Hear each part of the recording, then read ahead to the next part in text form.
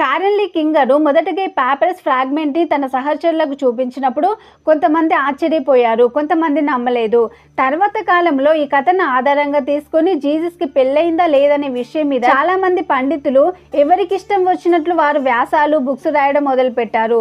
కొందరు జీసస్ నాస్తికుడిగా మారి మేరీ మగ్దలిని వివాహం చేసుకుని ఫ్రాన్స్ దేశానికి వెళ్ళి కొడుకును కన్నాడని చెప్తే, మరికొందరు కాశ్మీర్కి వచ్చాడని అక్కడ కాశ్మీర్ స్త్రీని పెళ్లాడి పిల్లల్ని కన్నాడని, ఇంకొందరైతే జీసస్ వంశావళి అతని కూతురి ద్వారా కొనసాగి మేరో వింజయన్ వంశం ద్వారా ఇప్పటికి నిలిచే ఉందని ఇలా వారికి నచ్చినట్టుగా బుక్స్ రాసేసుకున్నారు.